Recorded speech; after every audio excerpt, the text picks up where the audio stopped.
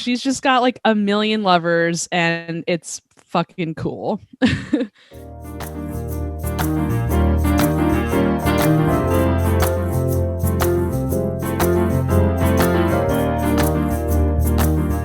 art history base. Welcome to the podcast. I'm Corey. I'm Jen. I'm Natalie. I'm Ginny, and we are the art history babes. Yeah. We're back. What's up, everyone? What's going on? Oh man, not much. Just, same old. Right? It's day 1000 of the pandemic. I like that estimate.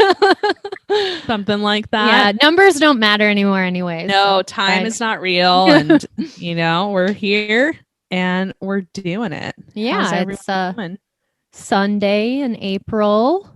Spring is springing. Sure. Yeah. A little bit. Jen, it has been lately. You're It's a little fully gloomy vaccinated today. now, right? You're like on that full vax life. Yeah, Jen's are only full vaxxed. I Oh, believe. really? Is that for real? Am I the only one? I thought Yeah. you were It's fully real. vaccinated. It's true. Oh my. I'm getting my second one this week.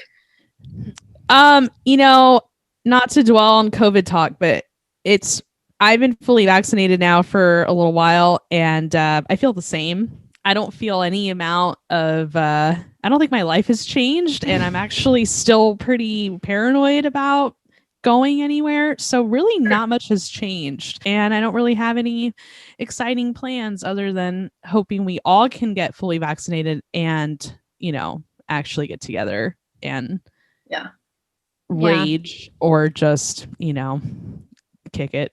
Yeah.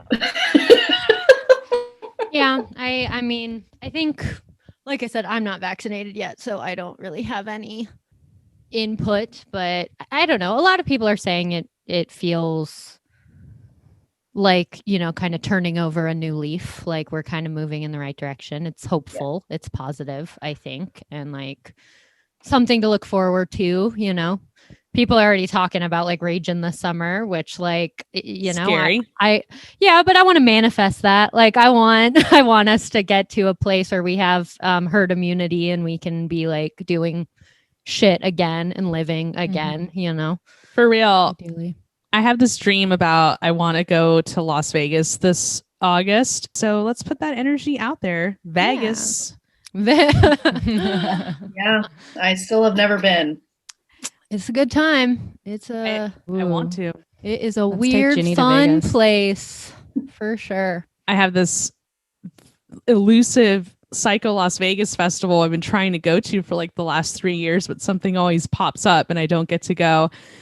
In all reality, I feel like I'll end up going and probably just like have too much fun on the first night, and then the whole weekend I'll just be like, oh. Sure. I remember first time I went to Vegas, that's kind of what happened. I got like, cause you can drink on the streets or whatever. And they sell like the big, like frozen drink, like the big tubes. And I got like a giant frozen rum runner. Like, yeah. And I was drinking that at like noon walking around Vegas. It was hungover by 5 p.m. I think. Sure. Yeah. Probably like 2 days. Yeah. Like I was, we ended up spending at least one of the nights just in the hotel because I felt terrible. And then as the hangover kind of dissipated a little, we wandered to like a Chinese restaurant like attached to the hotel. And that was like one of my first nights in Vegas. So like it's really wild easy times to make not the best decisions, but also like I regret nothing. It was fun. It's Vegas, baby. Part of it. So yeah, exactly. Vegas is cool though. Vegas is there's so much to discover, and there's so many just like weird little hidden gems everywhere, and it's this odd like pseudo reality in certain ways. Like it's an interesting place. Yeah, Yeah. one day we'll get into some like postmodernist, like we'll talk about Robert Venturi one of these days, and we'll do a Vegas episode. So maybe if our Patreon people want to send us to Vegas, Yes, I was going to we'll- say, and let's manifest us doing it live from Vegas. I cannot guarantee that I will not be blacked out for the entire episode, but it'll still be good. So We'll do a video episode live from Vegas, and we're all drinking like frozen, like sugary drinks. Like I'll have like one eye closed, and I'll just be like, let me tell you about Vegas, and then I will fall asleep during the episode. So it's gonna be really good. Yeah, I like that. I like that. So Well, today, thanks for coming on that journey. today we are talking about just a very exciting artist, an artist that, like, I don't know, I feel like she's kind of become more well known recently, but still not a household name by any means. And I wouldn't be surprised if you haven't heard of her, but just an incredibly interesting artist and an incredibly important artist in the world of surrealism, that, like, she existed in surrealism but did her own thing. And that's why I think a lot of her art is better than a lot of the stuff that we know of from the surrealists. It's just it's pretty spectacular, and I'm excited to dive deep into it. We are talking about Remedios Varo. Yes. Woo. I have been excited about this episode for a really long time. I feel like this was one of the early artists that we kicked around for episodes, and then we just never got to her, and we're finally doing it. Remedios Varo. I love her name. Remedios. Yeah. It means Me too. it means like cure, like cures, or healing, like cures, like Remedy. and remedies, and like that I feel really is in line with sort of her whole sort of witchy esoteric vibe, and I love her. I love this woman. Yeah. Also, before we dive into it, I did, since we're kind of, on the topic of like COVID and quarantine and all that, at the beginning of quarantine, I did a meme set inspired by her. And it was probably one of my favorite memes I've ever done. And also like the most successful.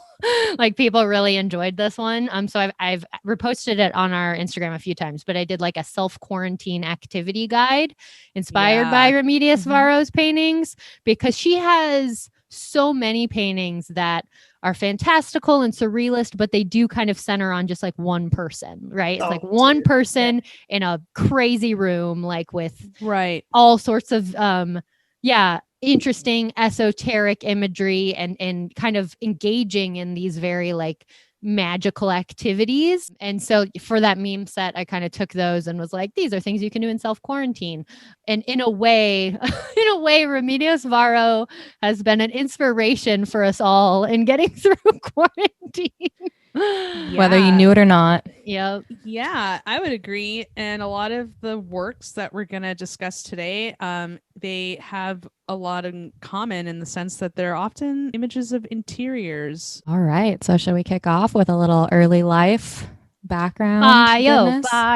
Let's get that bio. She was born Maria de los Remedios Alicia Rodriga Varo y Uranga. Love it. So she was born on December 16th, 1908, which makes her a Sag baby. Fiery, makes a lot of sense to me. And just a side note, so she's almost the exact same age as Frida Kahlo. Kahlo was born in 1907 and Varo was born in 1908. So just to situate you, people tend to be a little more familiar with Kahlo. And she was born in the small town of Angeles, Catalonia, which is in Spain. So her early life really centers around Spain and even into North Africa a little bit. She had a Basque mother and an Andalusian father.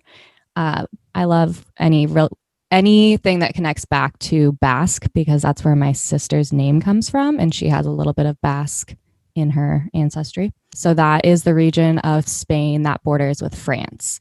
So their language and culture and everything is kind of influenced by French Alp culture. Her mother was also super, super devout Catholic, and even her name is connected back to the Virgin de los Remedios, so Virgin of the Remedies. And that was also, inspired by her faith, but also because she had lost a daughter pretty recently, I think, from around the time that Remedios was born.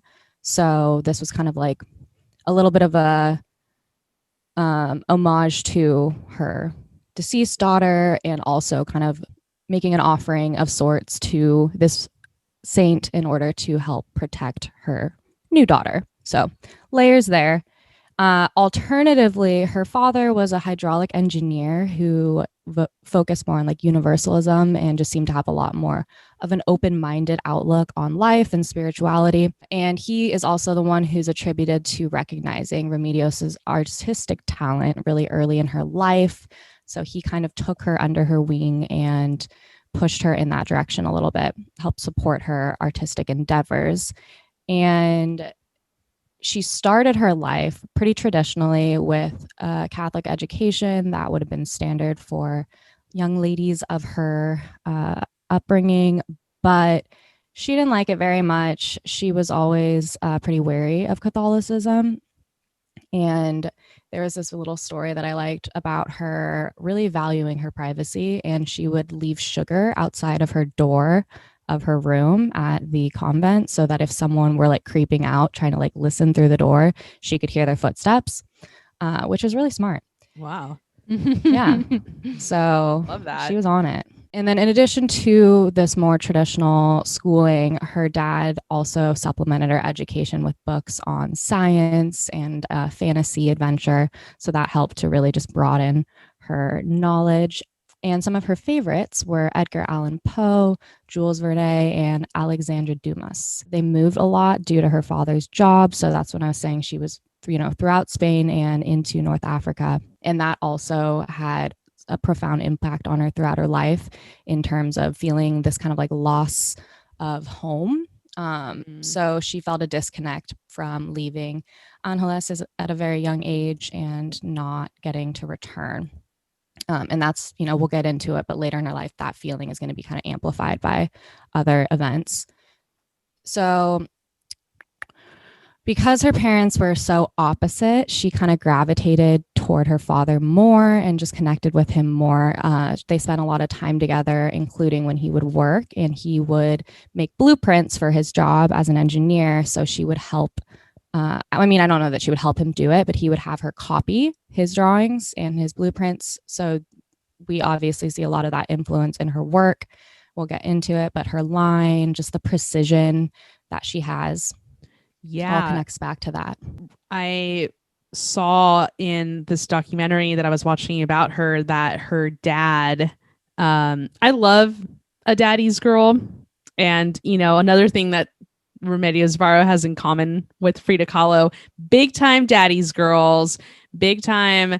My mom is a pain in the ass, like Catholic. I want to, not deal with her. But her dad gave her a slide ruler, like that they use like in calculus, and like that really honed her technical skills that you see appearing in her work, like once she produces her mature work. Yeah, and that comes as no surprise because he was also supposedly very tough on her as far as her precision, and when she would make any sort of mistake, he would have her redo it and start over. So that could be, a little frustrating at the time, in the moment. Sure, super fun. Perfectionism is tough to get over, but her art is unbelievable. So I think he has some credit to take for that. And that that perfection and just attention to detail really is what sets her apart from a lot of the big name surrealists too. Because one thing I read is that she didn't practice automatism, which if you don't know what that is, it's kind of a very free flowing, like you're letting the subconscious kind of come through in what you're drawing. It's also defined in our book, The Honest Art Dictionary. So, check that out. Check it out. She didn't practice that. And that was like a pretty big thing in the Surrealist movement. Like they all practiced it. And to her, it was a lot more, it was all planned out. There was a logical element. So it makes sense that like precision was from the very beginning, like very important to her, because you can totally see that in the work. Definitely. And I love the twofold aspect that he introduced, this really technical preciseness, but also he introduced her to mysticism and philosophy and all of these really expansive concepts. From there, it's reported that she painted her first like real painting at 12, and it was a portrait of her grandmother that her dad approved of. So that was probably a pretty big deal. And then in 1924, she was allowed to join the Real Academia Bellas Artes de San Fernando in Madrid, Spain. And she started there at age 15, a little youngin'. And I think Jen might have more on her short time there and on. Yeah. So by the time the family settles in Madrid, Remedios, she's 15. She gets accepted into this pretty prestigious school of art, and she's got El Prado like right down the street, which is incredible. I can't even imagine. So she spends a ton of time at El Prado with her dad and also just on her own. And there, Remedios really pays attention and becomes a student of the great masters of not just Spanish masters, but also Northern Renaissance masters. And so her big influences at this time are El Greco, Goya, and Bosch, which I found out that they call him El Bosco in Spanish, and I had no idea. I was like, who is El Bosco? Oh, yeah. And I was like, what the hell are they talking about? And then I figured it out. I was like, oh, so that was kind of fun to learn that. So and you can see these influences directly in her works. Totally. Definitely. Goya's Caprichos, which are a lot of kind of dark works that they show maybe like men with like big mechanical wings and these kind of monstrous figures. You see directly in a lot of her famous works later in life. So she is absorbing everything that she can. And around this time, she's pretty young. She meets Geraldo Lizarraga, who was another, I believe he was a student at San Fernando. And he becomes extremely important in developing her early interest in surrealism. He painted portraits and landscapes and explored many different styles of surrealism. So around this time, Remedios really wants to get away from her domineering Catholic mother, and she wants to just explore the world. And Gerardo kind of promises her freedom, and so they get married and they move to Paris. And initially they are really shunned by the Paris surrealist group, which I guess was like real snooty, hoity-toity, you're not woke enough to be in our club. Like, you're not doing automatism. What the hell are you even doing? You're planning stuff out with a ruler. Like, get out of here.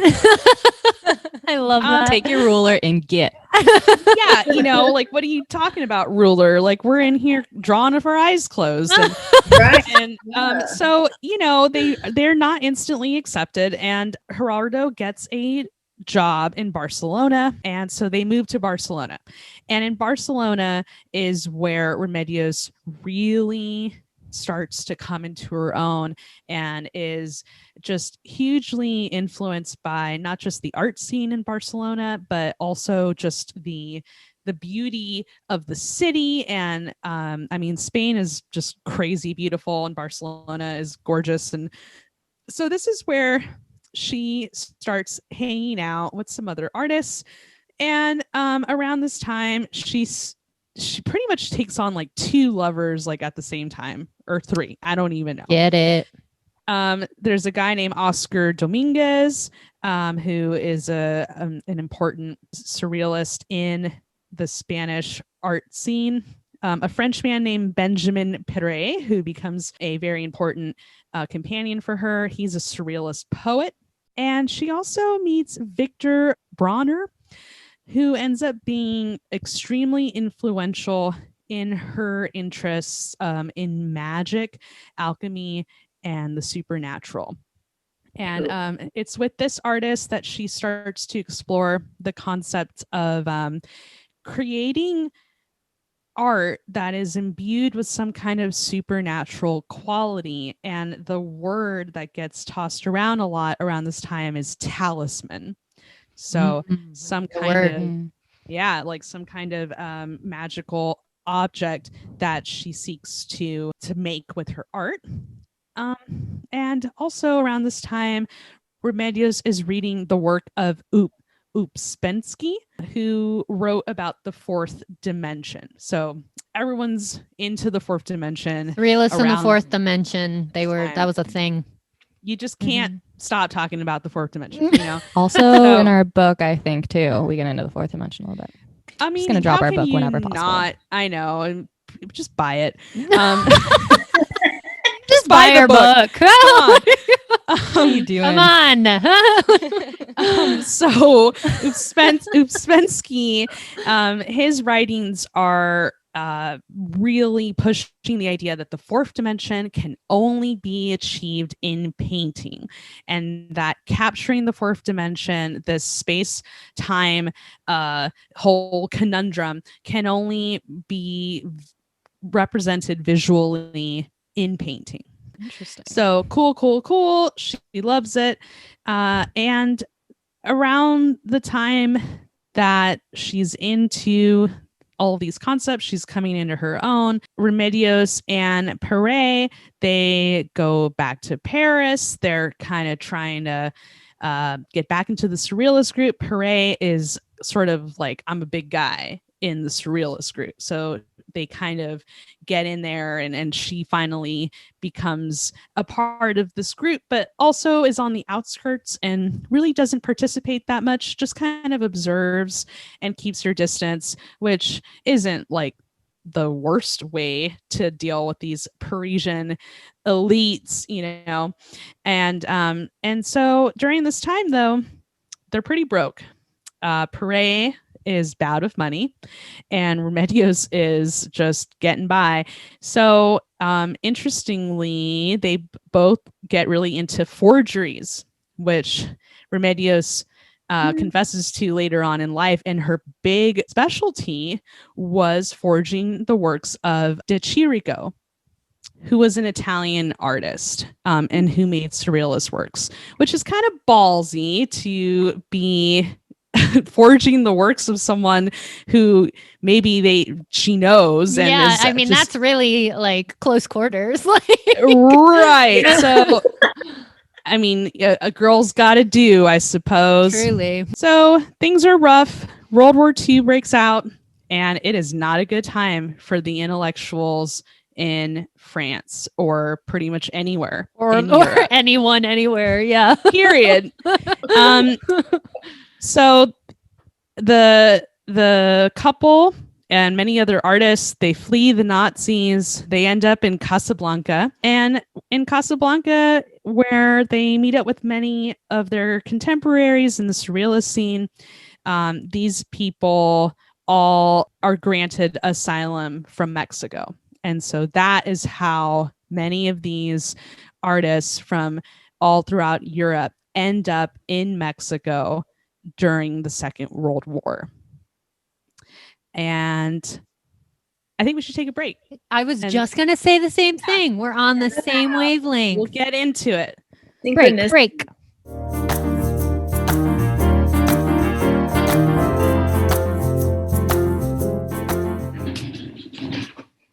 Oh, yours what's that? came.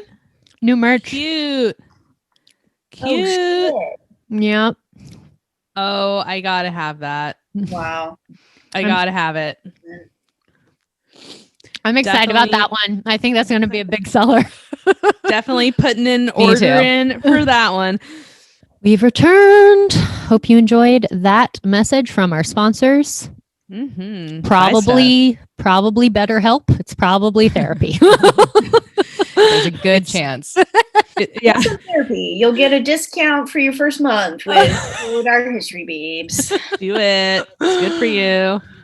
Yep. All right. Well, we have returned, and now let's talk about Remedios in Mexico. Let's do it.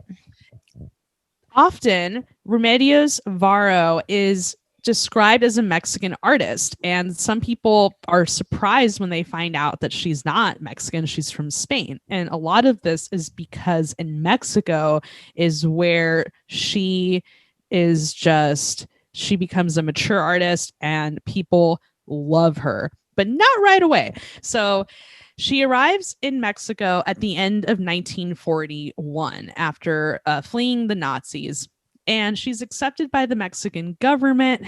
She is given the status of a political exile for 1 year, and that can be renewed. And she was allowed to find work, with the exception of bars, cabarets, and restaurants, providing she did not displace any Mexican workers. So that should hint to you that there is some tension. A lot of the Mexicans are not super stoked on the fact that 15,000 refugees were accepted into the country around this time. And the majority of them could be termed the intelligentsia.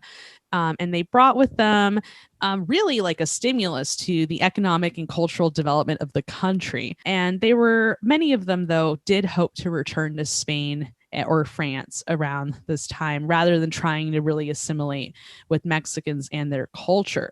But like I mentioned before, these exiled artists were not loved by everyone. And interestingly, some of the biggest haters were Diego Rivera and Frida Kahlo. They were hating, and it was like, wow. And they really, really rejected what they deemed as this foreign colonizing influence of the European artists, which is like, come on, you know. Especially because Frida's dad is German, correct? Frida's dad is from Germany. Diego Rivera he spent the first 15 years of his career as an artist in Russia and in Paris. So he can go there, but they can't come. Yeah. Exactly. Yeah, the identity thing. And, as we know, Diego and Frida, a huge part of their identity was so much so that we know Frida Kahlo changed her birth date to match the Mexican Revolution, right? Yep. And so it's the more invested your identity is in a place, the more protective you're going to be of it, It's so true. Absolutely. I was watching the QAnon. I finished that QAnon documentary today. Lord. And I'm just Ooh, don't get me started on QAnon. Do not do it. I know. I can't. Corey and I might do a won't. hot take, but it would be too much also. I don't know. Yeah, if you want to know how I feel, head over to I'm plugging my other podcast, Happy Harvest Horror Show. Listen to the Satanic Panic episode. Yes. I go the fuck off about QAnon. You do. Yeah. Ginny can confirm. I listened to it. So if that's what you're looking for, check that out. But anyways, back to Remedios. So it gets kind of nasty. Frida Kahlo, who was in Paris in 1939 for her own exhibition as a guest of Andre Breton, who was a problematic guy, but he was kind of like the leader of the Surrealist group, self-appointed leader. But so she felt some sort of I don't know, ownership of this scene. And so she writes a letter, Frida Kahlo does, to Nicholas Murray, who was a Hungarian born American photographer and her longtime lover. And she writes about these intellectuals from Paris. She says, they make me vomit. They are so damn intellectual and rotten that I can't stand them anymore. I'd rather sit on the floor in the market at Toluca and sell tortillas than to have anything to do with those artistic bitches of Paris. Damn. I kind of get that. Like, like sometimes you just have those moments where you just intellectuals are being obnoxiously intellectual, and it's just like, Sure. nah, thanks. Right. I mean, I get it. Bitches. This artistic bitches of Paris. It's like, yikes. Yeah.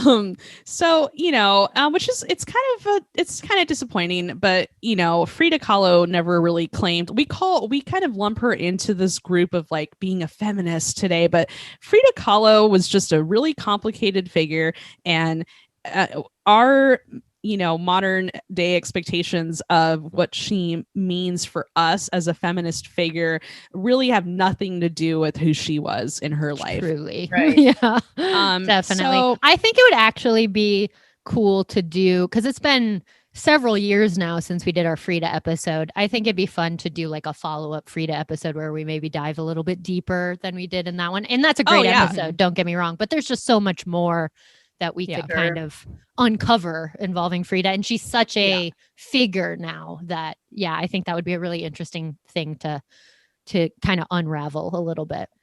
I would love to do that, and we will, because there's a lot there. So Remedios is vastly rejected by this Mexican scene, who are really steeped in nationalism, but she's okay. She makes really close friends with Leonora Carrington, who is another incredible artist that I would love to talk about one day. Yes. She was also a refugee in Mexico from the Second World War. She was an English surrealist painter, and they become friends. They hang out like every day, and they're both really into spiritualism and magic, and so they literally make like spells for each other and stuff. It's like, it's very that. they write each other little ingredients to like their little potions. Like, I'm not kidding, it's cute as fuck. It's really cute. That's the cutest thing ever. I love it so much. They would do like little pranks together. I mean, like, they did, they did paintings together. They spent a lot of their time together writing. They would write fairy tales. They collaborated on a play. They did like potions and recipes, and they just became very close friends. Another photographer who was in Mexico as well from Europe, named Katie Horna, became a close friend. And so they were known as the Three Witches, which I just think that's so nice. Love it. I love it so much. Yeah. If Frida wasn't such a hater, they could have been like our predecessors. They could have been the Four Witches. Like, they didn't whatever. Her loss. Her loss. So in Mexico, Remedios took on a variety of jobs, and she did like some work for like a fashion house. She did some designing for clothing, which you can really see. There's a lot of attention to seamstressy. What's the word that I'm looking for? She was very influenced by her grandmother's seamstress skills, and this comes through in a lot of her works, and it comes through in the work that she did to get by in Mexico. And so she would design and make clothing that would often be clothing for many of her exiled surrealist friends' costume parties, which I would do anything to go to one of these parties. And there's a work from 1957 called Women's Tailor, which is really fun. And it just shows this lady sitting on a couch with these sort of ghost apparitions next to her, and she is being presented with these three incredible dresses being modeled by different women. And you can imagine that Remedios was thinking about her friends and making this lovely, lovely painting. So it's one of the things that she does in Mexico. Another, her main source of income in the late 40s was that she got a job with Casa Bayer, Bayer being the aspirin people. Dang. Yeah. Wow, look at that. And so she had the task of illustrating their promotional literature. And so she makes these crazy paintings that, I mean, I would buy pills if they were being marketed to me like I this. have a bottle of Bayer aspirin in my medicine cabinet right now, and I really wish it was like the packaging was like Remedios Varo. Like that would be so Bring much it back. better. Instead, it's just like a bright yellow bottle with a very basic, lame. I know 21st century capitalist advertisement, but it's pretty boring, but these works are great. She does Insomnia from 1947, which is just this like really kind of unsettling interior scene with these eyes that are kind of coming at you and these strange sort of prismatic butterflies flying in from the side. Then in the pamphlet, which this work was included in, there was some text warning of the trauma of insomnia. Sensing that someone has been observing them, they open tired lids, searching the nocturnal shadows. Undefined anxiety fills the solitude of the dark, dry rooms devoid of warmth. That's just a wild advertisement. Bring this shit back, dude. So this was for sleeping pills? Yeah. Oh my God. Bring this back, please. For Bayer sleeping pills. Amazing. Another really interesting work around this time was rheumatism, lumbago, sciatica, which are all just about how it sucks to have back pain. And so this was for pain pills. One more quote here in the leaflet of this that accompanied this work. Quote, as if sharp nails are being driven into flesh, into the joints, into the bones, into the nerves. These are the sensations that one can suffer. Rheumatism, lumbago, sciatica. So I am obsessed with this. Like I knew nothing of these pill advertisements, and this is what I want the future to look like. So fun. This feels super futuristic. I can't believe that this was like closer to the 50s. Amazing. I love it. Yeah. Oh, and wow. so the painting that accompanies this, also from 1947, shows this figure in the foreground just being like just assaulted by these like pins and needles and nails and like this very foreboding landscape with thorns coming up all around. There's this castle in the background surrounded by these black clouds, and it's a wild painting. And there's been a lot of speculation that Remedios Varo was possibly influenced by Frida Kahlo's work, The Broken Column, which features Frida Kahlo in the foreground with very similar looking straps that make up her corset. There's straps all over this figure's body in the rheumatism painting, and she's also covered all throughout her body in these like nails and pins in front of a very desolate, dark landscape. So the love might not have been there from Frida to Remedios, but Remedios seems to have drawn inspiration from Kahlo's work. So, no need to hate. We can all be friends. Let's be friends. So these are they're kind of commercial illustrations. They do look incredible, but they are not even really comparable to the work that made her super famous. This work was done for commercial reasons, and she actually signs her name as Uranga on these paintings, her mother's maiden name, to separate her commercial work from her own art. So that's, interesting. And so around this time, her second husband, who, by the way, she never divorced her first husband. She just married this guy when they moved to Mexico. And Nice. he, Back him up. you know, Benjamin Pere, he was homesick. He wanted to return to France, but Varro was not interested. And so he leaves and she stays behind. And it kind of has like a, I don't know, just sort of her return to single gal life, I suppose, and takes on a lover 14 years her junior, by the name of Jean Nicole. And Jean Nicole was a pilot and an adventurer, and he whisks her away to where do they go? Is it Venezuela? Yeah, they go to Venezuela at the end of 1947. This is like a romance novel. It's wild.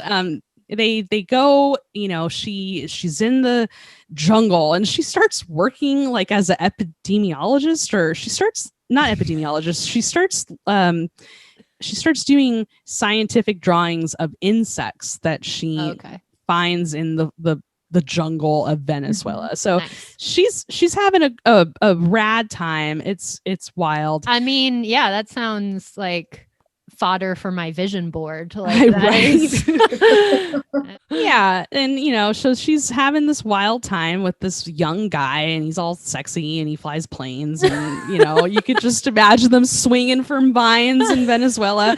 But of course, yeah, this doesn't last because rarely do those wild flings last. And she comes back to Mexico and meets another political refugee named Walter Gruen. And it is with Gruen's support, mainly economic support, but also emotional. He believes in her work 100%, and he provides her with the support to fully dedicate herself to painting. Nice. So yeah, the dream. the Good dream. man.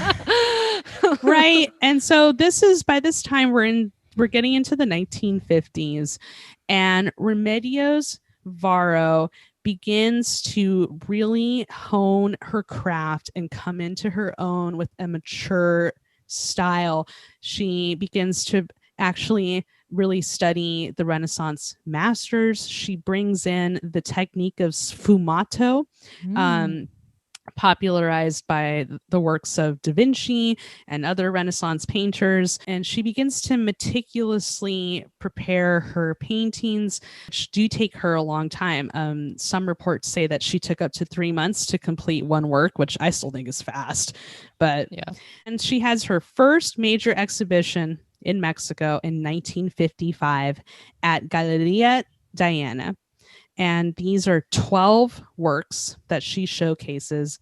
And wouldn't you know it, Diego Rivera shows up and goes apeshit because he's just like, oh my God, this is the best. And suddenly Diego Rivera discovers Remedios Varo, whatever.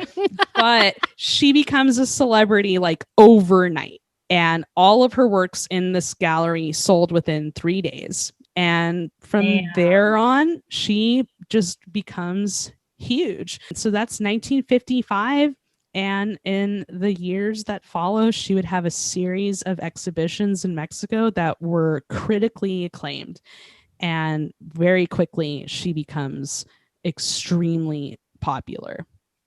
Amazing. The article that I'm going to talk about after we take a quick break brings up. So the article I'm going to talk about was actually written in 1981. But at the very beginning, she talks about Varo's exhibition at the Museo de Arte Moderno, which was a retrospective, and how at that time, anyways, it drew the largest audiences in Mexican history, even beating out Rivera. Oh, yeah. By like a lot. Yeah. Yeah. So at least in, even though she isn't a household name, in the US or in Europe, like she was kind of the queen in Mexico, like very, very well known, very much celebrated. And what a life lived. Yeah. Right. But yeah, let's take a quick break and then we'll come back and dive into some paintings. Yes.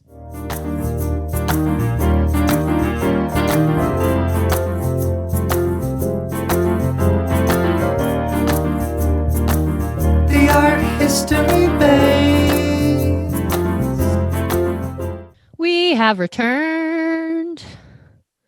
And yeah, we're gonna dive back into some really fun images by Remedios Varo. As I mentioned, I got most of my information from an article called Remedios Varo, Voyages and Visions by Janet Kaplan, 1981. Also, fun thing I learned today for all of you lapsed academics out there. Currently, you can get a JSTOR subscription for free and read up to 100 articles every month for free. That is so dope. I love JSTOR. Cool. Okay, I need that information from you. Or do you literally just go do it? Like anyone can? Or? Yeah, anyone can. Anyone can. You Awesome. can do an JSTOR. independent researcher subscription and get 100 articles. And I've never read 100 articles in a month in my No. life. So No, that's crazy, and you ought not to, because that's a problem. yeah. So Not- get it. And I think it's like a COVID related thing. So I don't know how long that's going to go on for, but take advantage of it while you can. cool, cool, Truly. cool. I know I will. Very good to know. Yeah, because I just access JSTOR through my public library card, Nice. which is also Oh. free. So Yeah, that's another wonder- way. mhm. I feel like my library doesn't pay for that, but maybe.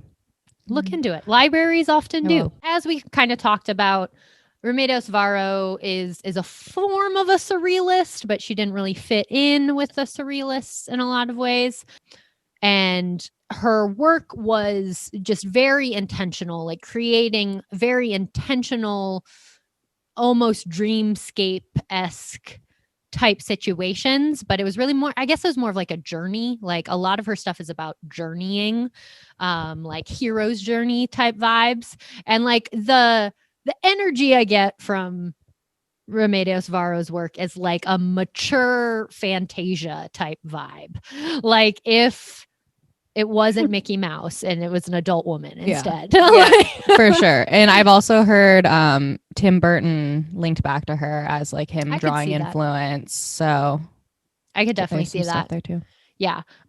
So fantastical. It's just her work is incredibly fantastical. So as we've talked about, like she believed in magic, was very much mystic. And one fun little story that I found in this article was about how one evening on a Mexican street, she found that a plant that produced fruits that looked like eggs, and she just thought it was really interesting and was fascinated by it. So she brought it to her apartment, set it in the center of her plant-filled terrace in the moonlight, and placed her tubes of paint around it.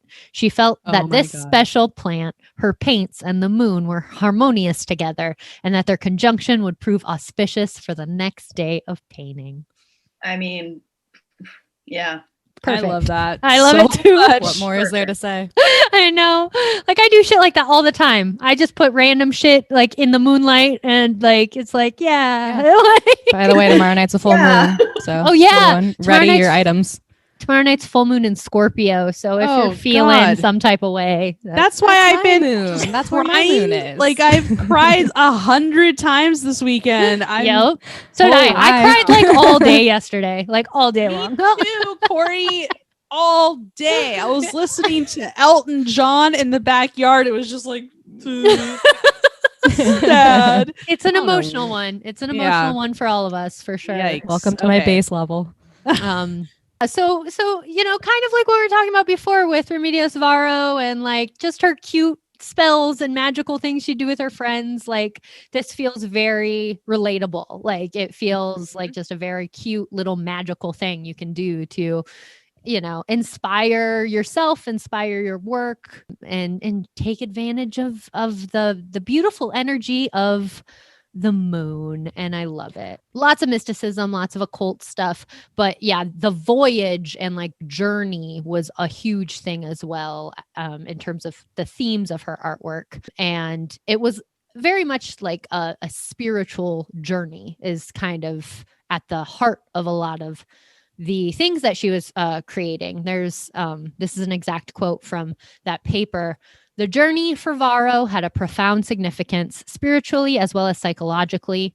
Exiled from her homeland, she embarked on a spiritual pilgrimage, committing herself to a search for self-knowledge, restlessly looking in any direction that might offer new ways of knowing.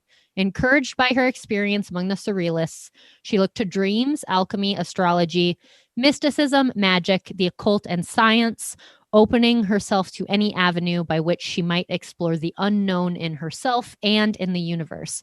The exploration became a dominant theme in her work. I totally get that. I Yep. think that, and Yes. especially there's all the little motifs too. There's boats and there's little tricycles and little wheels and stuff, you know. Yep, Lots yep. of strange vehicles, like you know, not real vehicles, but vehicles nonetheless. Yes. Very cool. So one painting I really want to talk about specifically because I'm obsessed with the way that this author talks about it, but I also kind of want to see what you guys think is Exploration of the Sources of the Orinoco River, 1959. And speaking of vehicles, like it's this, the main character in this image is in this interesting little red egg-shaped boat for one kind of thing, like Very Bosch. I Vote for love it. one. a boat for one. And there's It like almost looks like a Santa suit boat. Like that's the closest thing I see. yeah. And there's these there's like these fish fins in the Yeah. back, and then but up top there's just these two little rando like bird wings. Yes. It's got like It's- lapels. I know. I And- love it. And I love how too in the water that she's floating in there are just tree trunks like sticking up Mm. in the water, which you know just makes for a very interesting like river. That's not something you Mhm. see super often. So I'm going to read how it's described in the article because I just think it's fantastic. It's kind of long, so bear with me. The exploration of the sources of the Orinoco River, the voyager is a determined woman on a solitary journey to find the source. Although she is dressed humorously in an English raincoat and bowler hat and carries wings overhead that seem to have been borrowed from a theatrical production, the seriousness of her purpose is not compromised. Even the playfulness of her vehicle, a vest coat transformed into a fragile little ship with notes in the side pocket and compass instead of watch fob, does not negate the intensity of her expression or the somber watchfulness of the dark birds that attend her from the hollows of nearby trees. She is a woman, independent and resolute, set out on a mission to find the source. And what she finds, significantly, is that the source is a simple wine glass set on a modest table in a hollow tree. From the glass, liquid miraculously rises and flows out, creating the very river on which she travels. Again, this image is double-edged, both fanciful and autobiographical. The Vestcoat boat and flooded woods are wonderfully evocative, dreamlike images of subconscious travel. They also refer to real travels that Varo undertook in life, including a trip to Venezuela, where the Orinoco River flows, to join an unsuccessful expedition for gold. However, the search of Varo's protagonist here must be understood primarily on a psychological and spiritual level. Here, the gold is philosopher's gold, the alchemical liquid of transformation. As alchemy is both a scientific study and a mystical search, a chemical attempt at transformation of materials, and a personal search for transformation of the psyche, so Varo here uses exploration of the river's source as a metaphor for the search for the self, enlightenment, the truth. Venturing deep into a flooded forest, she has found a hollow log shrine in which a sacred vessel overflows with magical liquid. She is an explorer looking into nature as into herself for the possibilities that the world might offer. I Nice. just love it. And I can imagine, because by this was painted in 1959. So this is 10 years after she gets back from her 2-year fling with sexy Jean Nicole in Venezuela. And so she's getting older, and she's just thinking about the time that she was in this jungle with her sexy young lover and looking for the source, the gold, the adventure. I think that it's so much fun.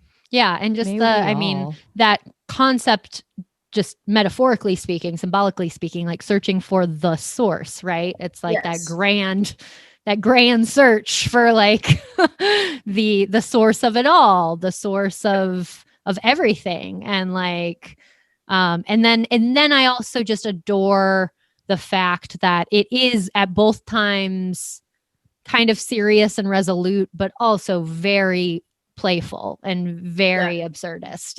It's like the perfect combination, which I feel like all spiritual, psychological journeys should be a mix of those two things.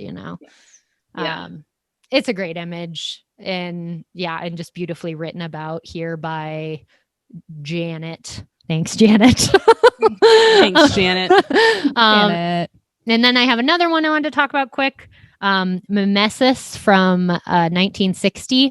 So, like all good surrealists of the time, there is Jungian and Freudian influence seen in her work, because they were the big guys. Psychoanalysis is huge in surrealism. It was just huge in modern art. Honestly, you kind of had to engage with those theories of Jung and Freud, and she definitely did that in some of her images. I really like this one. I think it actually connects back to everything we were kind of talking about with Remedios Varo and quarantine and being alone. So this is a quote from Remedios Varo about this painting, Mimesis. An unsettling case of mimesis, this woman is lost in her thoughts and has remained motionless for so long that she is turning into the armchair. Her flesh has become just like the cloth on the chair, and her hands and feet are already turned wood. The furniture gets bored, and the armchair bites the table. The chair in the background investigates what the drawer contains, and the cat, which went out to hunt, is frightened and astonished upon returning as he sees the transformation. And so in this image, we have this woman, and it is also important to note, we haven't really talked about this, a lot of the characters in Remedios Varo's paintings are rather androgynous. So like some of them, it's not really fair to gender most of them, I think. Agreed. And so this is definitely an androgynous character, but a lot of people have read it as a woman and sitting in an armchair and actually kind of being consumed by the armchair and like becoming this hybrid armchair human being, armchair person. Like if you even look at her hands, how her hands have kind of been turned into the little like armrests, and her face is the same design as the patterning on the chair. And so she's kind of like melting into it. And the author of the article, our pal Janet, reads this more as like an allegory for domestic drudgery, so like feminism, etc., etc. But, and I'm not saying that that's wrong, but I actually think it reads a lot of like analysis paralysis. And like I don't know, I identified a lot with this image in that, like, getting so lost in your thoughts and being stuck in one spot, and you just kind of like, you kind of like melt, like you kind of like melt inward, and like you feel stuck and you feel kind of unable to move. And I also feel like, I don't know how I missed this one in creating the meme set, because this is like, to me anyways, this is like the quarantine vibe personified, like totally. Those days in quarantine where you're just stuck with your own thoughts and you literally become an armchair. And if you take an edible, God forbid, you're just gonna literally be this chair person just That sitting. reminds me. Do you remember in the 90s? There was those PSAs that were like, "Don't do drugs," like "Don't do marijuana," and there was Yeah, there's one the in the, deflated girl. yeah, she just like Yes. melts into the couch. Good Lord. Sarah? Sarah, She won't answer you. Or she can't. why not? This is the way it's been since she started smoking pot. I Dude, know. that stuck with me too. I know. Me too. I think about that one a lot, especially because I don't know. They tried to market that to us as like, you don't want to be this person. I'm like, honestly, that looks kind of dope. What did she Sometimes you smoke, need to- and where do I Yeah. get it? Jen goes to the dispensary and she's body. like, "Hey, you guys remember that Dare commercial?" They do you have do. anything that'll make me feel like that? They absolutely. They'll be like, I got you. Yeah, no, there's definitely a time and place to melt into a couch for sure. But this doesn't look. But it doesn't look like she's having a good time. No, This this is- like I said, that's why I kind of connected to analysis paralysis, which Yeah. is incredibly uncomfortable feeling. I Like know it all too well. I know, same. And even in just reading what she had to say about the painting, like, you know, the woman is so lost in her thoughts and remains motionless. Like that's kind of how I read it. I don't jump on the like domestic drudgery angle personally, but That's a reach. That's a reach. yeah. Also, as we've talked about, like so much of her work, very witchy, very magical, alchemical, all of this, but kind of connected to how she even thought about her artwork. As we said at the beginning, you know, she was very into precision. She was very focused on details, and she had a deep respect and appreciation for science. But in the same way, she was critical of the rigidity of science, which I completely understand. Like here it says, like, understanding scientific inquiry as analogous to spiritual pursuits, she felt that science must not dominate, but must rather harmonize with the forces of nature. Mm-hmm. And this, I think, connects to what we've talked about on we talked about it in our witches episode, and this idea of like the witch as scientist, right? Mhm. Like the witch as someone who engages in processes and is connected to the earth, but is actually researching and, you know, maybe engaging in alchemy, these kinds of things. And you can really see in her 1958 creation of the birds, this image very much exemplifies this combination of nature, magic, science, art. They're all kind of feeding each other in this image of this bird person I love it. I love this image so much. This large bird person is at a desk and is like is drawing, painting, but is also holding like a prism up to the window, Mhm. and some kind of light source, like energy source, is coming through the prism and is animating the birds, and then they come to life off of the image. It's Oh man, I'm just- obsessed. yeah, it's so good. It's such a perfect like encapsulation of all of that, right? Nature, science, art, all kind of working together. And I think that's at the core of just like so many of these like fantastical images. In The Unsubmissive Plant from 1961, I think this one deals a lot more with the aspects of science that she felt critical of. The character in this image is kind of like got like a fried look, like very like, you know, just exhausted by their scientific work. Yeah. Burnt out, I'm literally. definitely getting that vibe. And I like how the wild, like frizzy hair mimics the plant that Yes. they are working on. Yep. And so this is more of, I think the space where science maybe burns out, kind of like is missing the point, and that's what it feels like she's representing here. There's this quote. I honestly can't remember if it was Remedios or Janet, but I'll read it anyways. Science grows greedy for control, and in the process of controlling is alienated from the very nature that was its starting point. Boom. And I think that's what we see in the unsubmissive plant for sure. Just like this, Mhm. this tenseness around the scientific inquiry. Whereas with Creation of Birds, it's this very harmonious, like magical, natural process. And also our bird person looks just chill as fuck, like just having just a calm, good time animating their bird painting. Yeah. It's what I want to do for my job. You know? Right? I want to be that bird person. Yeah. Truly. Yeah, I know, Ginny, you had a bit more to say on like alchemy and science and all that. Right. Yeah. So in the creation of the birds is a good example of that as well. And I had read an article called The Art of Remedios Varo, Issues of Gender, Ambiguity, and Religious Meaning by Deborah Haynes. We got Deb and Janet. Yeah, Deb and Jan. This was from 1995.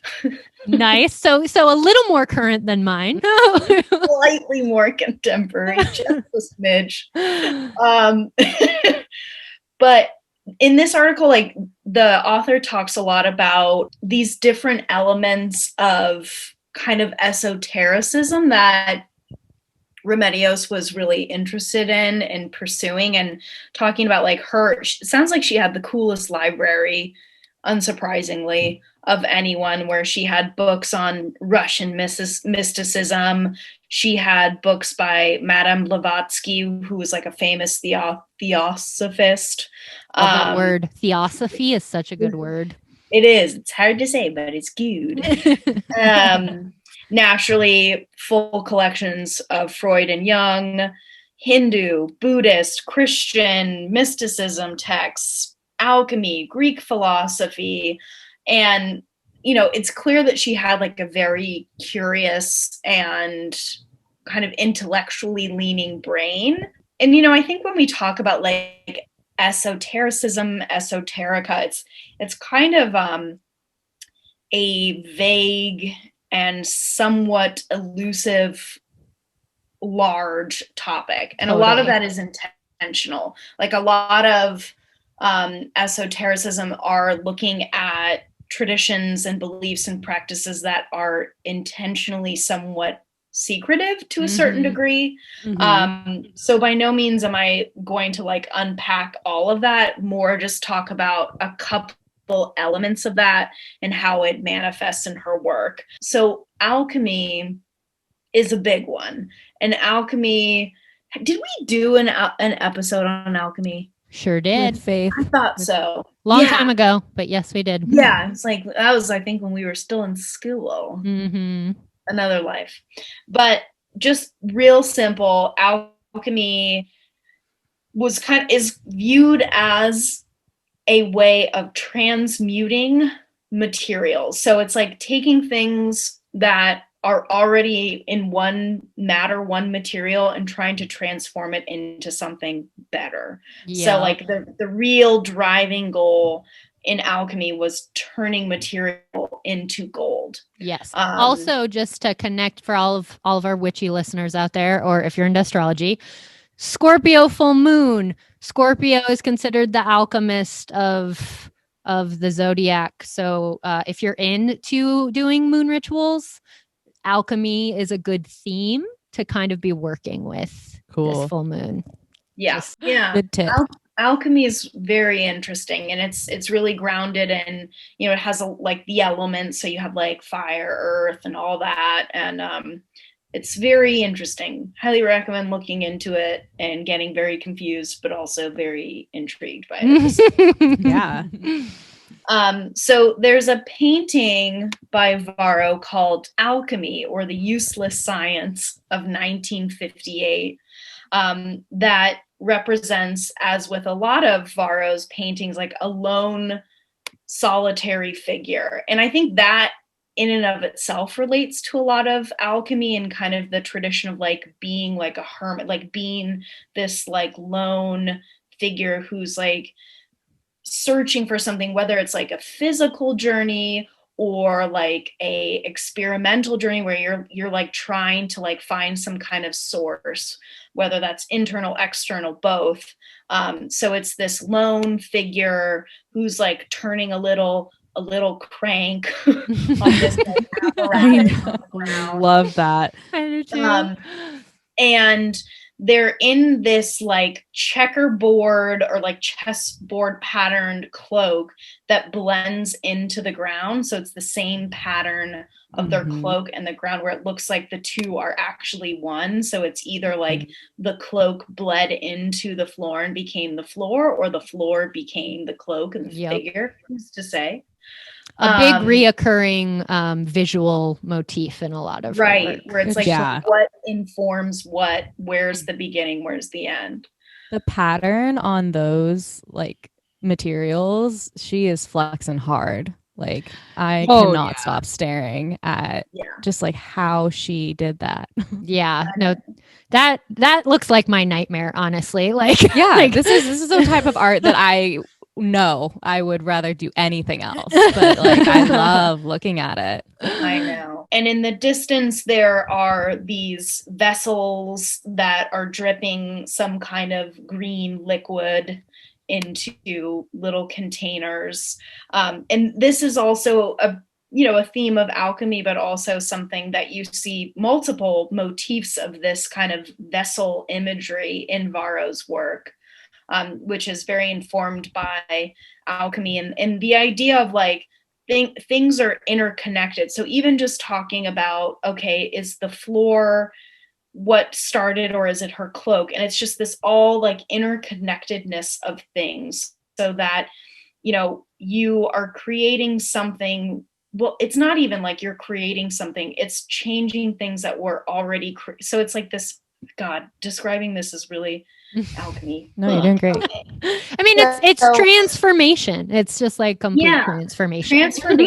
And transformation from like one continual point of origin. Then it's just all in this kind of collective sort of like universe almost. And something that's really common in alchemy too is like there's a lot of emphasis on combining male and female attributes. So whether those are like materials, like this material is labeled as having like a more male energy, where another material might be more female, but it's like the combining of those elements to a point where there's a lot of discussion on like hermaphrodites or androgyny within alchemy.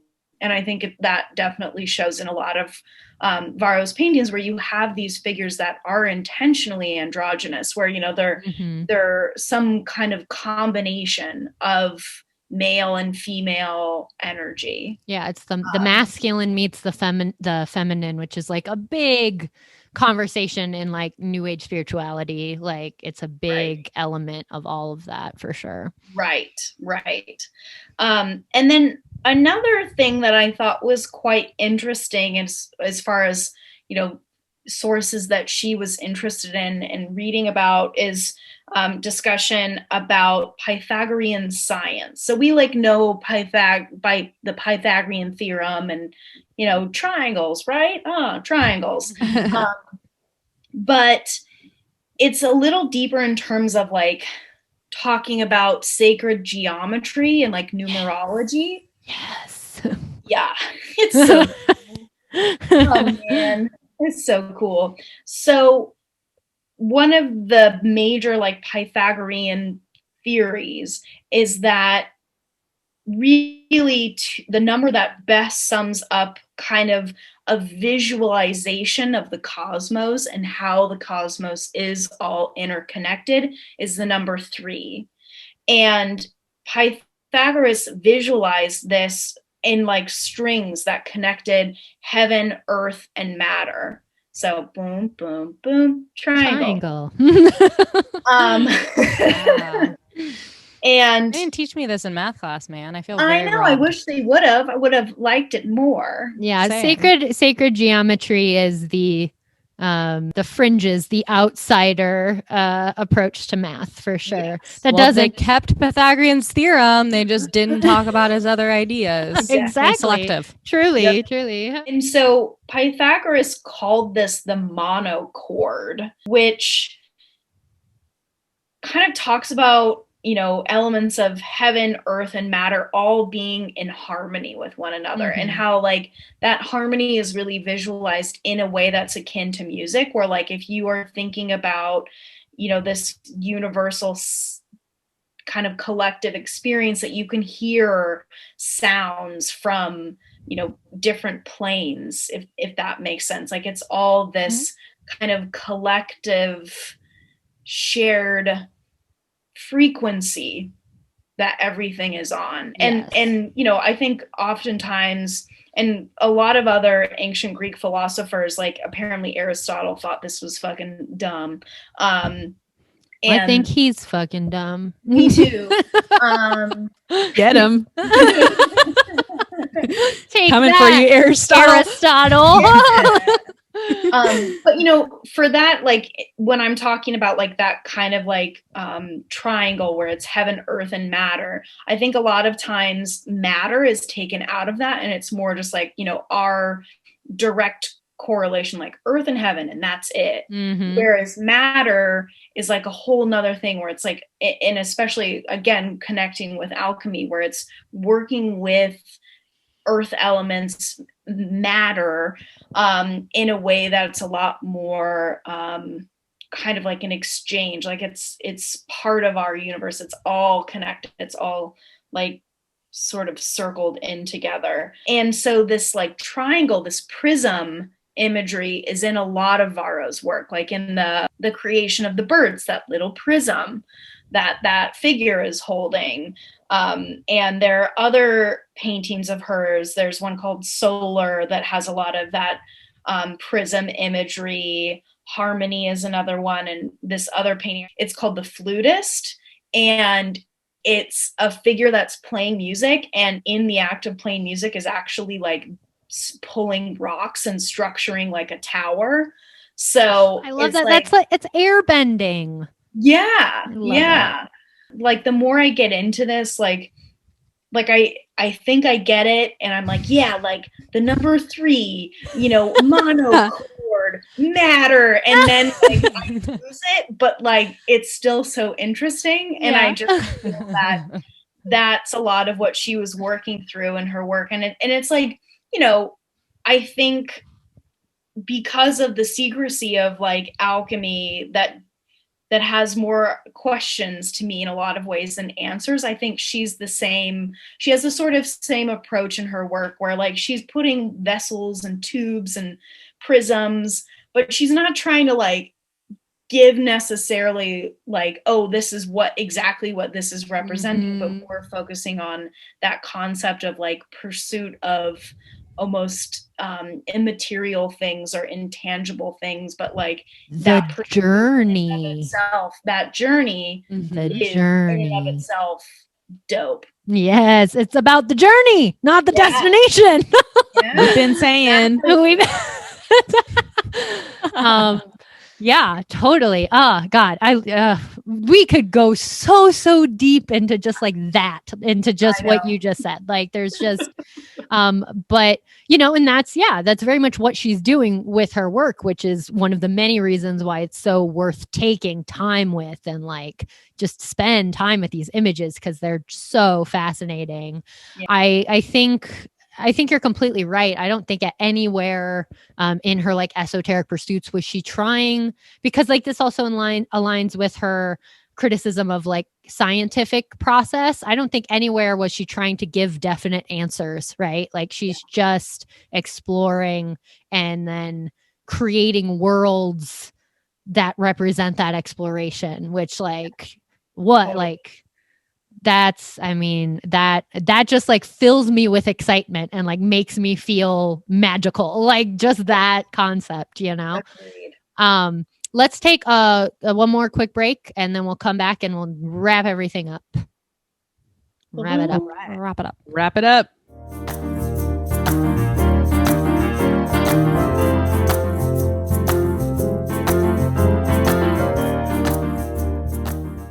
I found a book on the 3 of them, and it was like $1,300. Oh my Jesus. God. I like clicked on it because it was called like Surrealist Friends or something, and I was like, oh yeah, and it was truly like over $1,000. Like, no, I was not expecting you to say that. Yeah, I was shocked. You were going to say like $13. No.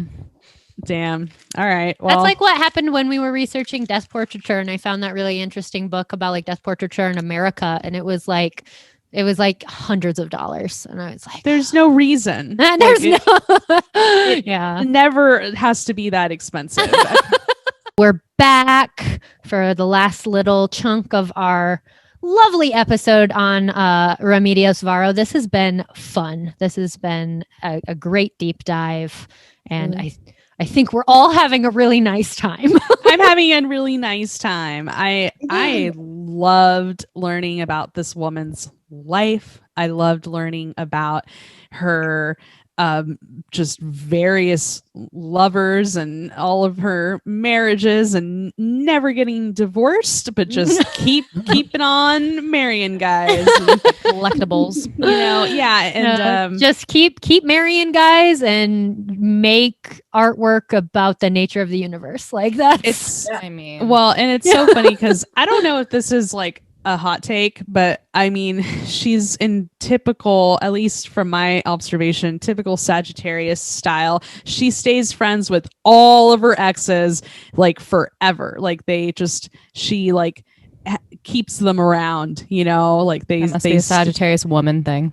I guess. Good. I know a couple Sagittarians who I mean, I do that, and I'm not a Sagittarian, but yeah, I'm sure we're gonna get some people that are like, no, but she does in a lot of ways, though. Yeah, she does represent a lot of characteristics about the typical Sagittarius. I mean, like explorer energy, like big explorer, big philosophical, into the journey. Like that is how I see Sagittarians. So that makes sense.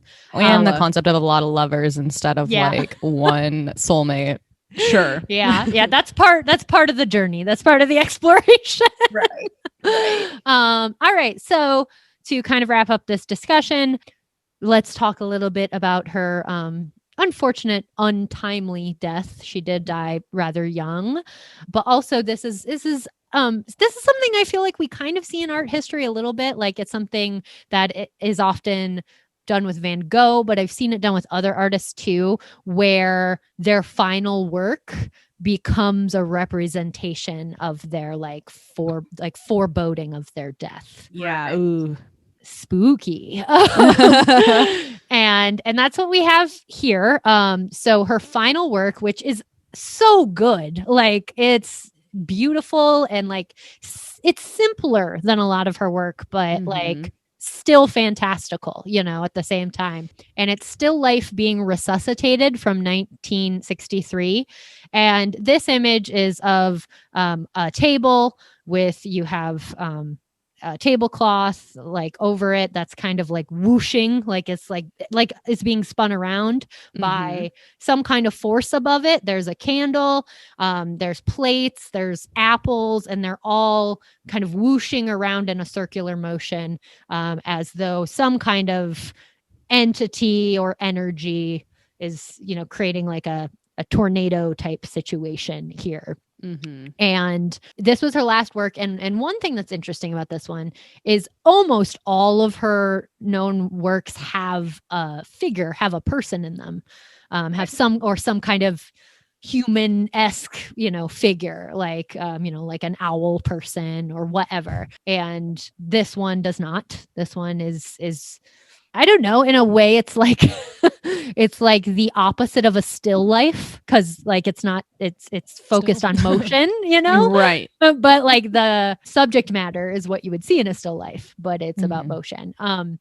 And yeah, so that's already interesting that this final work, we kind of have the main figure being removed. Let's see, I'm going to read what Janet has to say. Just always deferring to Janet. Yes.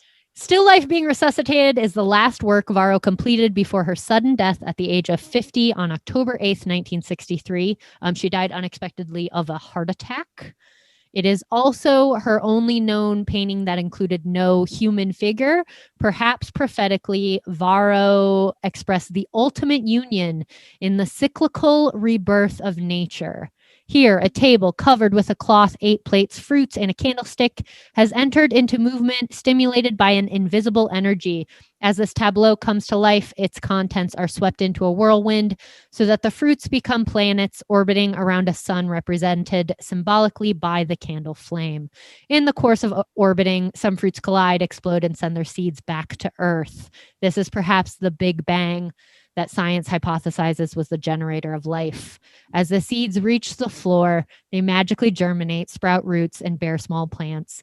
Dragonflies that have been witness to the event fly out to spread the news. The title, which can be translated literally from the Spanish as Dead Nature Being Resuscitated, ironically declares resurrection as the theme. I got like chills. Yeah. Like that like makes Yeah, no, that's like, heavy. It's Yeah. heavy, and it also, gonna kind of dive into personal belief, I guess, here. We all have our beliefs about death, and it's an incredibly personal thing. But to me, this very much represents at least what I think happens. Like, Yeah. I'm a big believer in like death kind of being a return to the big universal, the Big Bang, the big universal explosion of everything. And the way that's just described and expressed in this image, like, it feels to me like a really beautiful representation of that final journey, right? Like the final journey Yep. post mortem. And especially like the energy. Yes. So much energy. And the fact that I like that that Miss Janet describes the orbits almost as if planets orbiting around the sun. So yeah, it's really dynamic, and I like that there is just so much momentum in this work, and it's also there's no figures in it, so it's really, really interesting. And I mean, yeah, it's kind of strange too, because I mean, they say her death was unexpected, but she had reported not feeling super great before she died, and kind of had like a crap like bad habit of just chain smoking and drinking massive quantities of coffee her whole life, and many artists did in the time. Yeah. Like, that's on brand for being totally an artist. And so who knows, she might have had some sort of like prescience about like her time coming to an end. Totally. I don't know. Yeah, totally. Exactly. I think that's what kind of gives weight to this spooky tale that she was, obviously she's very spiritual, and I do not think it is, I think it's actually incredibly possible and probable that, like, I don't know. I think not everyone, but I think a lot of people can kind of sense those things. I do think that's possible. And you kind of know, or have hunches, or I wouldn't be surprised if that was part of it for her, especially being as much of a mystic as she was. And so, yeah, I mean, there's no way to know. There's no way to know if this painting was actually her, representing her impending death. But I love the connection there. And I love looking at this image as representing death, because I think it's really easy and common, especially in like our modern era, to think about death as like motionless, as dead, as like in a heavy way, like as blackout, like done. And I really love the idea of death as just part of a larger cycle, and as it actually representing a very new kind of motion, right? Like a different, and so whether or not that was the intention, I love looking at this image as a representation of death. I love it too. It's really powerful, and I think that it's a beautiful last work. I mean, kind of a bummer. You hear a lot in all of the biographies about her, just how short her rise to fame was between her first major exhibition in 1955 and her death in 1963. But she, at least she got to have some recognition in her Yeah. lifetime. Which is more than a lot of artists. So like Totally. at least that happened, you know. Love to see it. Love to see Yeah. it. Especially for a woman artist, right? Like Absolutely. rather unheard of in a lot of cases. Truly. All right. Any last words on our girl before we do a listener mail? Oh man, I don't know. Just I have had such a good time looking at her work. I would suggest that anybody who's feeling a little just fatigued at this point in our situation, get on YouTube and watch some fantastical videos of her art with groovy music and just have a groovy time. That's what I did last night, and it was pretty cool. Maybe that actually sounds super fun, making a YouTube video like that for our channel. That's just like these images with like some fun music and like zooming in and out. And like, I don't know, I might get creative. We'll see. I think Nat, you have to bounce before we do listener mail. I'm sure it's going to be great. Listener, I love you. And thank you for writing in. I appreciate it. Anything else that needs to be said, you all will say. So. Thanks for having me. I feel like the guest who's leaving. I know. What are you doing? Become a patron, so I only have one job. Love you. Goodbye. We love you, Nat. Till next time, Nat. So we'll finish out with this listener mail. It's kind of long, but it's really good. And it is on our hostile architecture episode, which is a very good episode. You guys should listen to it if you haven't. We have a listener mail from Andrea. It says, "Hello, babes. Longtime listener, first-time commenter.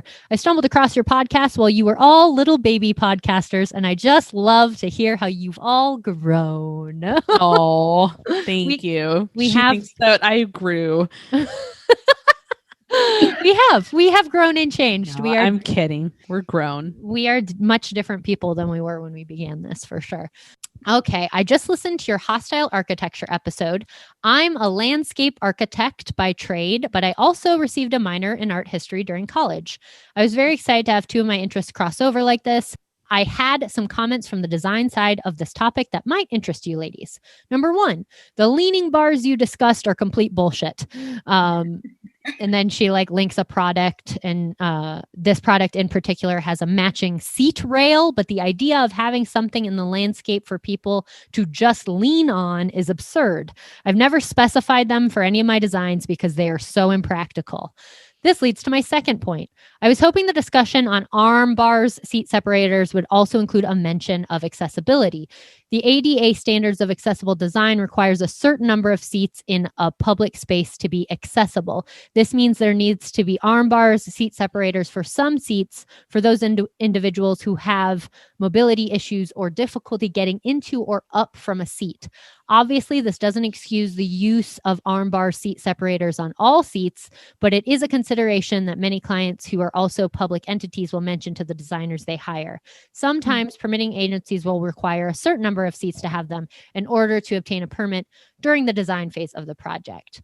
And this, I just like want to comment on, because we did talk about accessibility, but we didn't talk about this particular kind of accessibility, which is important to talk about. That having like armrests and separated seats can be good for certain people. It's just it shouldn't be the only option.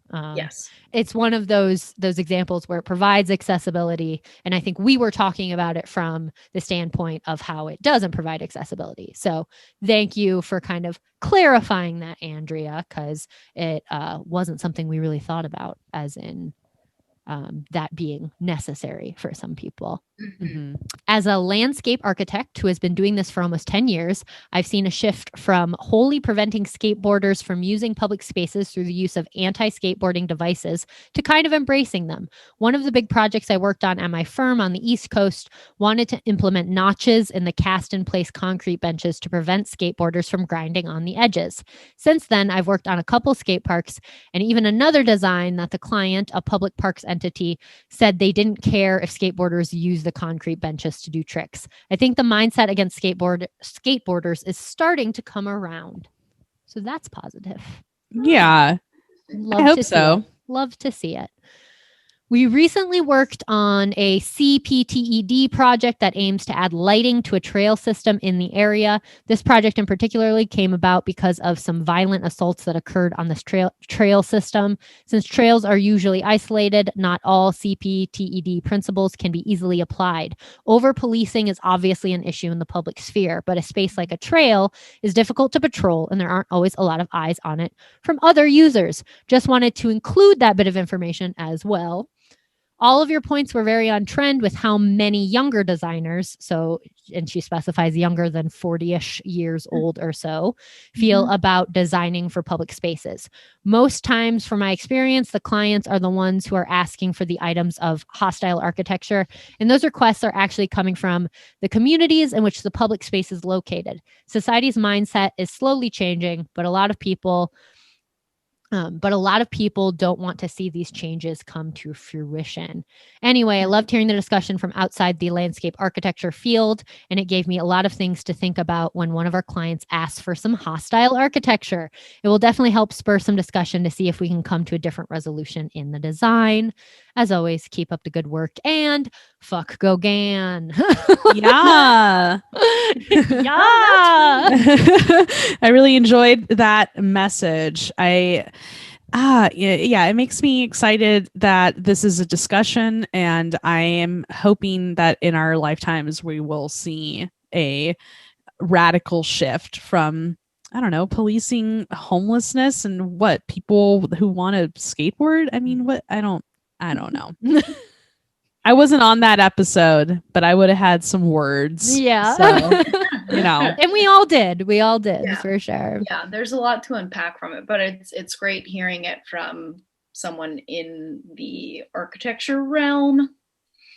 Very good points. Definitely. Yeah. And I love getting emails like this. Obviously a long one. It's long, it's a lot to read, and it had been a lot to write. But we really appreciate it because it's we talk about this a lot on the show. We come at a lot of our topics from an outside perspective. We try and provide thoughtful but baseline understandings of different topics. So it's so great to get people that are willing to write in with extended information, viewpoints, and just give us more about what it's like to actually be in that field and working with it. We really appreciate that. And I think, our listeners also really appreciate getting to hear those other perspectives, because none of us would have any idea what it's like, trying to work with someone who wants hostile architecture or anything along those lines. So thank you very much for writing in with all of that information. It's a huge topic and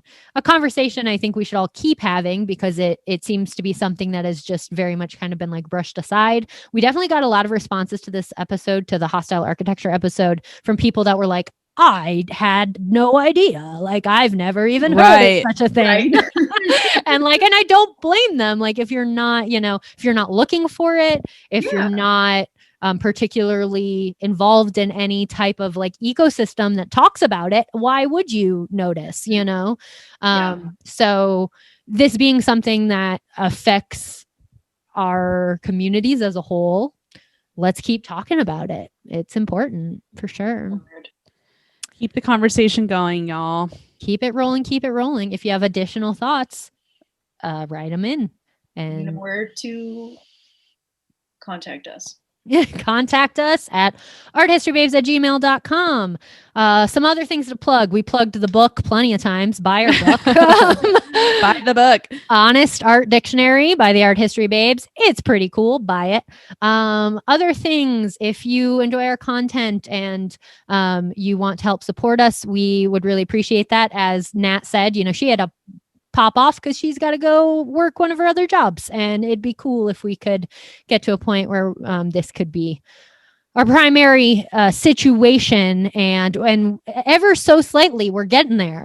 We're moving the needle. So if you enjoy our content, if you listen to us a lot and you get a lot out of our content, there's a few different ways you can support. We've got merchandise, which is always fun. The best ways to support are with a continued monthly donation, and you can do that on Patreon.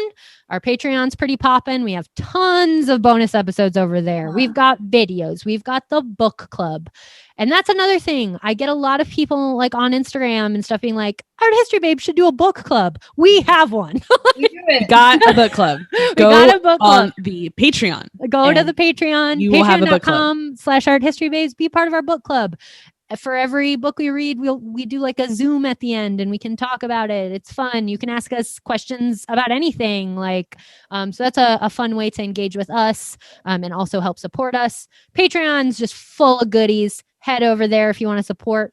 Also, another additional option, if you are interested in the intersection of art and sex, as we are, you can support us on the AHB, Center for Erotic Art, that we have recently developed, which is onlyfans.com/artbabes. And that's another adult space, you must be of adult age, where we get to kind of roam free and talk very openly about topics involving art and sex. And that is already getting to be a pretty fun hoppin' place. So check that out as well. Check it out. onlyfans.com/artbabes. All of those things linked below for you. Did I miss anything? No, I think you did an incredible job of plugging it all. Thank you. So, the So listeners, much of my life is like advertising shit. I feel like We're just trying to live. you know what? It's We just gotta it's the curse of the podcaster, you know, the audacity that we would want to get paid. I don't even know what I we're know thinking. it's crazy. It's crazy. Yeah. So we really, and we obviously super appreciate all of you who have been supporting for a while now. We love all of our patrons. Thank you. Y'all are amazing. And yeah, we'll just keep trucking along with all of our many adventures. We hope you enjoyed this episode on Remedios Varo. And, write in with your thoughts. arthistorybabes@gmail.com. We'd love to hear them. Thank you. Thank you for listening. Thank you. Happy full moon in Scorpio, everybody. Have a good cry. Yeah. Charge your cool rocks, and Practice some alchemy. yeah. Why not?